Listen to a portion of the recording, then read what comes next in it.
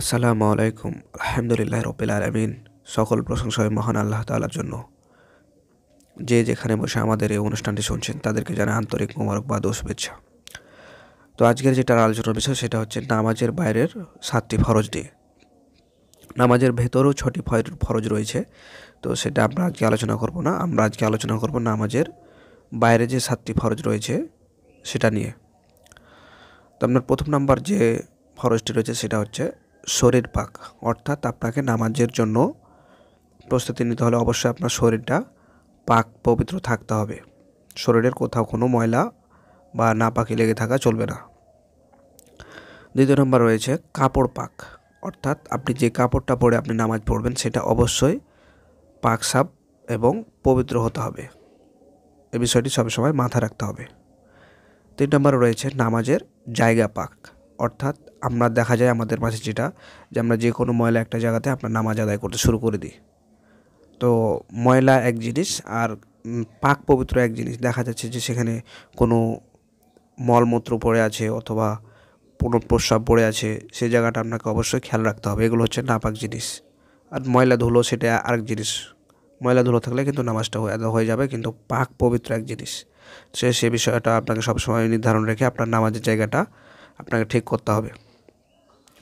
4 নম্বরে রয়েছে সতর ঢাকা। সতর ঢাকা বলতে আমাদের ছেলেদের ক্ষেত্রে যেটা বেশি দেখা যায় সেটা হচ্ছে আসলে সতর ঢাকাটা আমরা হচ্ছে নামে থেকে হাঁটুর নিচ পর্যন্ত আপনাকে ঢেকে রাখতে হবে। তো আমাদের ছেলের ক্ষেত্রে দেখা যায় আমরা ছেলেরা যখন গেঞ্জি বা শার্ট পরিধান করি, আমরা যখন রুকু বা সিজদাতে যাই তখন কিন্তু পিঠ দেখা যায়।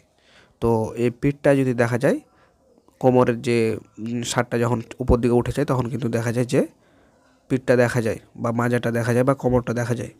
সেক্ষেত্রে কিন্তু আপনার কিন্তু নামাজটা সাথে সাথে ভেঙে যাবে।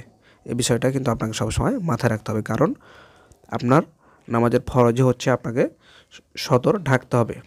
নামাজের যেটা ফরজ রয়েছে এই সদর কিন্তু আপনার ফরজ, এটা কিন্তু আপনার ঢেকে রাখা সদরটা।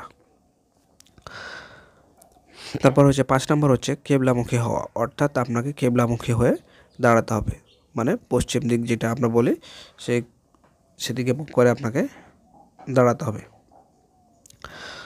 6 নম্বরে রয়েছে ওয়াক্ত মতো নামাজ পড়া। অর্থাৎ কোন ওয়াক্তর নামাজ আপনি কোন ওয়াক্ত পড়বেন সেটা হবে না।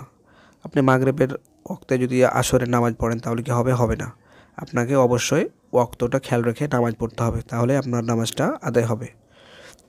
7 নম্বরে রয়েছে নামাজের নিয়াত করা।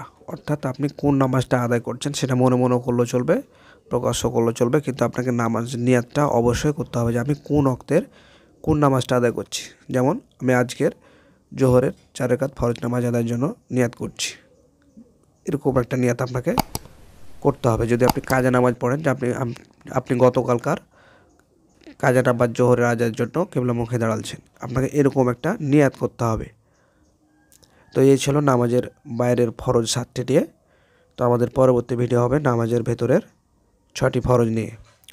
তো সে গুরুত্বপূর্ণ ভিডিওটি দেখার আমন্ত্রণ জানিয়ে আজকের মতো বিদায় নিচ্ছি। আল্লাহ হাফেজ।